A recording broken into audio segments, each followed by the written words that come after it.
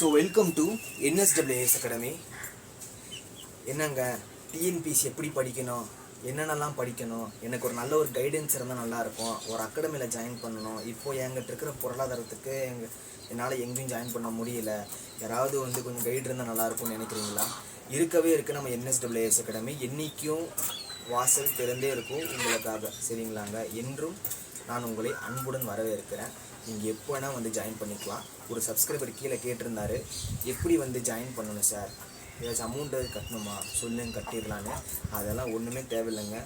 Interest இருக்கா, உங்களுக்கு interest இருக்கா, வேலைக்கு போகணுன்னு சாதிக்கணும் அப்படிங்கிற அந்த வெறி இருக்கா, தாராளமாக ஜாயின் பண்ணலாம். இது இருந்தால் போதும், நம்ம சேனலில் நீங்கள் இருந்தால் போதும். ஸோ வேறு எதுவுமே தேவையில்லை, சரிங்களா? ஸோ தினமும் TNPSC group 4 free test batch அப்படிங்கிறது நான் நடத்துகிறேன். தினமும் 1 மணிக்கு கிளாஸு, ஒரு வாரம் ஆல்ரெடி முடிஞ்சிருச்சு. கீழே ஒரு பிளேலிஸ்ட் லிங்க் கொடுக்குறேன், அந்த லிங்க்கில் பாருங்கள். டே 1லேருந்து இன்னி நாள் வரைக்கும் பர்ஃபெக்டாக நான் கொடுத்துருப்பேன், சரிங்களா? அதே போல் NSWE டிஎன்பிஎஸ்சி கிராஷ் கோர்ஸ்னு ஒன்று இருக்கும். கிராஷ் கோர்ஸ் அப்படிங்கிறது குரூப் 1, 2 to A4 எல்லாத்தையும் உள்ளடக்கி இருக்கும். அதாவது இந்த கிராஷ் கோர்ஸ் அப்படிங்கிறது SSCலையும் பேங்கிங்லேயும் UPSCலையும் தான் அப்ளை பண்ணுவாங்க. ஆனால் நான் இதை டிஎன்பிஎஸ்சியில் அப்ளை பண்ணியிருக்கேன். ரொம்ப யூஸ்ஃபுல்லாக இருக்குங்க. நீங்கள் குரூப் 4 படிச்சிங்கன்னா குரூப் 4 மட்டுமே அதில் வரும், சரிங்களா? அதை வச்சு நீங்கள் குரூப் 1, 2 எழுதலாம், அவ்வளோதான். பட் அது எப்படி கட் ஆஃப் கொண்டு வரணும்னா கஷ்டம். ஆனால் இது கிராஷ் கோர்ஸில் நீங்கள் ஜாயின் பண்ணும்போது எல்லாமே முற்றிலும் ஃப்ரீ தான், சரிங்களாங்க? ஸோ அதில் நீங்கள் இருக்கும்போது எல்லாமே உங்களுக்கு வந்துடுங்க. ஸோ டோட்டல் சிலபஸ் கவர்டு அப்படிங்கிற மாதிரி உங்களுக்கு வந்துடுங்க. ஸோ அதனால ரெண்டுமே. இன்னொரு விஷயமா நான் சொல்லிக்கிறேன், ஃப்ரீயாக நடத்துகிறேன் அப்படிங்கிறதுக்காக கச்சா முச்சா நீங்கள் பாருங்கள் எப்படி இருக்குன்னு நீங்கள் பார்த்துட்டு நீங்களே சொல்லுங்கள், சரிங்களா? ஆக்சுவலாக நான் ஃபஸ்ட் இயர்லேருந்து நடத்துகிறேங்க. நான் காலேஜ் ஃபஸ்ட் இயர் படிக்கும்போது டியூஷன் நடத்துகிறேன், சரிங்களா? டியூஷன் சின்ன பசங்களுக்கு, பெரிய பசங்களுக்கு, 11th 12th எல்லாத்துக்குமே நடத்துகிறேன். அதுக்கப்புறம் நான் காலேஜ் முடித்த பிறகும் நான் சும்மா இல்லை. அதுக்கப்புறம் நான் ஒரு இடத்துக்கு வேலைக்கு போனேன். ஸோ இந்த எக்ஸாமினேஷன் சொல்லிக் கொடுக்கணும்னு சொல்லி நான் ஒரு இடத்துக்கு வேலைக்கு போனேன். அதுக்கப்புறம் சரி நம்ம நமக்கு தெரிஞ்ச விஷயத்த ஒரு கோர்ஸ் மாதிரி போட்டு சொல்லலாம் அப்படின்னு நினைக்கிறேன். இன்னொரு விஷயம் தெரிஞ்சுக்கோங்க. நான் என்னோடய நாலேஜு, எனக்கு தெரிஞ்சதை எல்லாம் நான் உங்களுக்கு சொல்கிறேன் அப்படின்னா, நீங்கள் சக்ஸஸ் ஆகும்போது நீங்கள் எவ்வளோ சந்தோஷப்படுறீங்களோ அதை விட நான் சந்தோஷப்படுறேன், சரிங்களா? ஸோ நான் ஜெயித்த மாதிரி எனக்கு ஒரு சந்தோஷம் இருக்கும், அந்த சந்தோஷத்துக்காக தான்.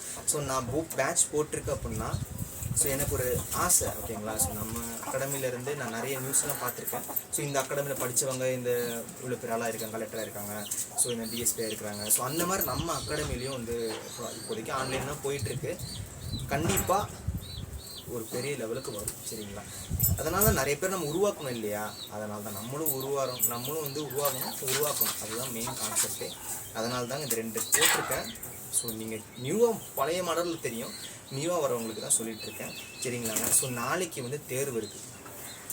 TNPSC group 4 free test batch week 1 முடிஞ்சிருச்சு. அதுக்கான போர்ஷன் நான் கொடுத்துருக்குறேன். நான் எல்லாம் இப்படி எக்ஸ்பிளைன் பண்ணுறேங்க, கொஞ்சம் பொறுமையாக இருங்க. ஓகே, எக்ஸ்பிளைன் பண்ணுறேன். அந்த போர்ஷன் நாளைக்கு தேர்வு இருக்கும், சரிங்களாங்க? அதே போல் NSWE கிராஷ் கோர்ஸில் இப்போ வீக் 2, ஸோ அதோட தேர்வும் நாளைக்கு இருக்கும். இதை பற்றியான வீடியோ தான் இதை மட்டும்தான் நான் உங்களுக்கு சொல்லியிருந்திருக்கணும். பட் இது ஒரு எக்ஸ்ட்ரா இன்ஃபர்மேஷனும் தெரிஞ்சுக்கோங்க. ஓகே, ஸோ எனக்கு நல்ல ஒரு ஆதரவு வரவேற்பு கொடுத்துட்ருக்கிற அனைத்து மக்களுக்கும், மாணவர்களுக்கும், நல்ல உள்ளங்களுக்கும், நெஞ்சங்களுக்கும் என்னுடைய மனமார்ந்த நன்றிகளை தெரிவித்துக்கொண்டு இந்த வீடியோ நான் ஆரம்பிச்சிடுறேங்க. So tomorrow examination. ஸோ வழக்கம் போல் இது கிராஷ் கோர்ஸு தினமும் 7 மணிக்கு, அதாவது 7 PM சாயந்தரம் 7 PM டான் அப்லோட் ஆகிடும். அதே போல் குரூப் 4 அப்படிங்கிறது பார்த்தீங்கன்னா at 1 PM, சரிங்களாங்க? 1 மணிக்கு டெஸ்ட்டு உங்களுக்கு இதே டைம் தான் நினைக்கிறேன். ஸோ நான் கிராஷ் கோர்ஸ் டெஸ்ட்டு வீக் 1 நான் கொடுத்துருந்தேன். நான் வழக்கமாக கூகுள் ஃபோரத்தில் தான் எக்ஸாமினேஷன் நடத்துவேன். இந்த தடவை புதுசாக ட்ரை பண்ணலாம், இது கண்டினியூ ஆகுது, புதுசாக ட்ரை பண்ணலாம் அப்படின்னு சொல்லி ஜஸ்ட் ஒரு மெத்தட் நான் பார்த்து வச்சுருக்கேன். எப்படி இருக்குன்னு பாருங்கள் நீங்களே. உங்களுக்கு 1 மணிக்கு பிடிஎஃப் வந்துடும். இது ஆக்சுவலாக குரூப் 4 போர்ஷன். நாளைக்கு டெஸ்ட் போர்ஷன் நான் எல்லாம் எக்ஸ்பிளைன் பண்ணுறேன். ஸோ 1 மணிக்கு பிடிஎஃப் அப்படிங்கிறது வந்துடும். அந்த பிடிஎஃப் நீங்கள் ஓப்பன் பண்ணிங்கன்னா நான் கைப்பட எழுதின நல்லா லிசன், நான் கைப்பட எழுதின கொஸ்டின் உங்களுக்கு இருக்கும். ஆனால் அதுக்கு சாய்ஸ் இருக்காது, ஆனால் எனக்கு ஸ்பெல்லிங் மிஸ்டேக்கை பற்றி கவலை இல்லை. புரியுதாங்களா? ஸோ நாளைக்கு 1 மணிக்கு கொஷின் பேப்பர் வந்துடும். சரிங்களா? கொஷின் பேப்பர் வந்துடும். அதில் சாய்ஸ் இருக்காது. எவ்வளோ கேள்விகள் கேட்கப்படும் அப்படின்னா ரொம்ப கம்மி தான். வெறும் 50 கொஷின்ஸ் தான் இருக்கும். சரிங்களாங்க? ஸோ வெறும் 50, ஜஸ்ட்டு ஒரு சாம்பிளுக்கு தான் இந்த மாதிரி எடுக்கலாமா அப்படின்னு தான். ஓகேங்களா? வெறும் 50 கொஷின் தான் இருக்கும். போத் தமிழ் இங்கிலீஷ் 2 மாணவர்களுமே எழுதலாம். ஸ்பெல்லிங் மிஸ்டேக்கை பற்றி எனக்கு கவலை இல்லை. ஒரு மணி நேரம் அல்லது ஒரு ஜஸ்ட்டு இதுதானே, ஒரு மணி நேரம் இல்லை அப்படின்னா ஒரு 2 மணி நேரம். இந்த டைமிங்லாம் நான் குரூப்பில் சொல்கிறேங்க. ஓகேங்களா? குரூப்பில் நான் சொல்கிறேன். ஓகே. ஸோ அதே நாள் வந்து உங்களுக்கு வந்து ஆன்சரும் வந்துடும். ஓகேங்களாங்க? பேட்டர்ன் வந்து வெறும் 50 கொஷின்ஸ் தான் கொடுக்குறேன். வெறும் 50 கொஷின்ஸ் தான், சிம்பிளாக இருக்கும். ஓகே. அதே போல் இந்த கிராஷ் கோர்ஸு இந்த வீக் 2. ஓகேங்களாங்க? ஸோ உங்களுக்கும் அதே போல் 50 கொஷின்ஸு. ஸோ கிராஷ் கோர்ஸ் மாணவர்கள் போன தடவை பக்காவாக எழுதினாங்க. நானே ரொம்ப அதிர்ச்சி ஆகிட்டேன். அவ்வளோ சூப்பராக எழுதியிருந்தாங்க. தமிழ் இங்கிலீஷ் நல்லா கிராஷ் கோர்ஸ் மாணவர்கள் வந்து நல்லா ஒரு இன்ட்ரெஸ்டிங்கோடு படிச்சுக்கிட்டு இருக்காங்க. at 7 PM. ஓகேங்களாங்க? at 7 PM. அதே இது போலவே பிடிஎஃப் உங்களுக்கு வந்து 7 மணிக்கு அனுப்பப்பட்டுரும். அதை நீங்கள் ஓப்பன் பண்ணுங்கள். அதில் இருக்கிறதெல்லாம் எழுதுங்க, தப்பு இல்லை. ஸ்பெல்லிங் தெரியலப்பா, பரவாயில்லைங்க. ஓகேங்களா? ஸோ சாய்ஸு இதெல்லாம் கொடுத்து ஒரு வாரம் பார்த்தாச்சு. நல்ல ஒரு இது இருந்துச்சு. ஸோ சாய்ஸில் என்ன ஒரு பிரச்சனைனா நமக்கு தெரிஞ்சிடும். நான் பிகாஸ் நான் சிம்பிள் தான் கொடுத்தேன், தெரிஞ்சிடும் நமக்கு இதுன்னு சொல்லி. ஆனால் இது இன்னும் எஃபிஷியண்ட்டாக இருக்கும் அப்படின்னு எனக்கு தோணுது. ஸோ ஜஸ்ட்டு இந்த ஒரு வாரம் மட்டும்தான் எப்படி இருக்குது ஆன்சர்ஸ் எல்லாம், எப்படி மார்க்ஸ்லாம் வருதுன்னு பார்க்கலாமே. ஓகேவா? ஆனால் கிராஷ் கோர்ஸ் போன வாரம் இந்த கூகுள் ஃபார்ம் தான் வந்து இது பண்ணியிருந்தாங்க.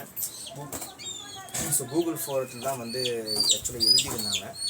ஸோ நல்ல மார்க் எடுத்திருந்தாங்க அந்த மெத்தடில். ஸோ இந்த ஒரு மெத்தட் நம்ம ஒரு தடவை ட்ரை பண்ணி பார்க்கலாமே என்னாச்சு. இல்லை ப்ரோ, இது வந்து எனக்கு அந்தளவுக்கு கஷ்டமாக இருக்குது ப்ரோ. ஒரு பிரச்சனையும் கிடையாதுங்க, கூகுள் ஃபார்மில் வச்சிடலாம். என்னாச்சு இப்போ? ஓகே. ஸோ இந்த மெத்தடில் தான் வந்து நடத்தலான்னு இருக்கேன். ஸோ கிராஷ் கோர்ஸோட போர்ஷன் பார்த்துக்கோங்க. பண்டைய இந்தியா, அதாவது வந்து ஆன்சியன்ட் இந்தியா, இந்த பிளேலிஸ்ட் லிங்க் இருக்குல்ல, அது உங்களுக்கு இருந்தாலே போதும். ஓகேங்களா? அந்த பிளேலிஸ்ட் இருந்தாலே போதும். அந்த அப்படியே நீட்டாக செதுக்கிருக்கும். ஓகேங்களா? வீக் 2 இதுதான்ப்பா, அவ்வளோதான். இன்னைக்கு நாள் வரைக்கும் என்ன இருக்கோ அதுதான் உங்களுக்கு. ஓகேங்களா? ஸோ பண்டைய இந்தியா, அதாவது ஆன்சியன்ட் இந்தியா, 11th எத்திக்ஸில் சிந்தலி நாகரிகம், அப்புறம் இந்திய அரசியல் இருக்குது. பார்ட்டு பாட்டாக பிச்சு உதறி இருப்பேன். 1 2 3. ஓகேங்களா? Full complete. 10th constitution full complete. சரிங்களாங்க?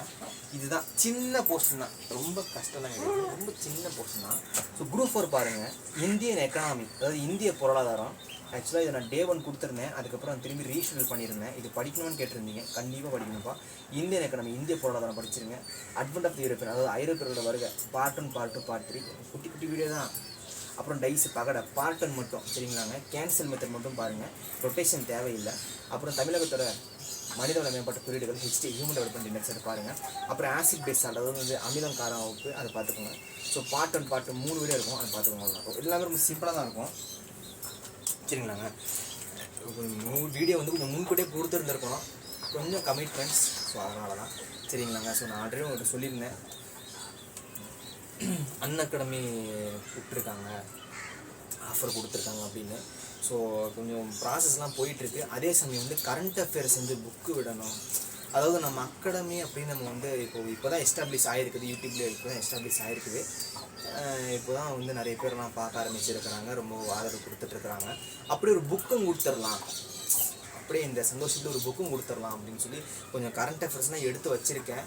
அது வந்து டைப்பிங் பண்ணணுமா, அது காப்பிரைட்ஸ்லாம் வாங்கணும் அப்படின்னு சொன்னாங்க.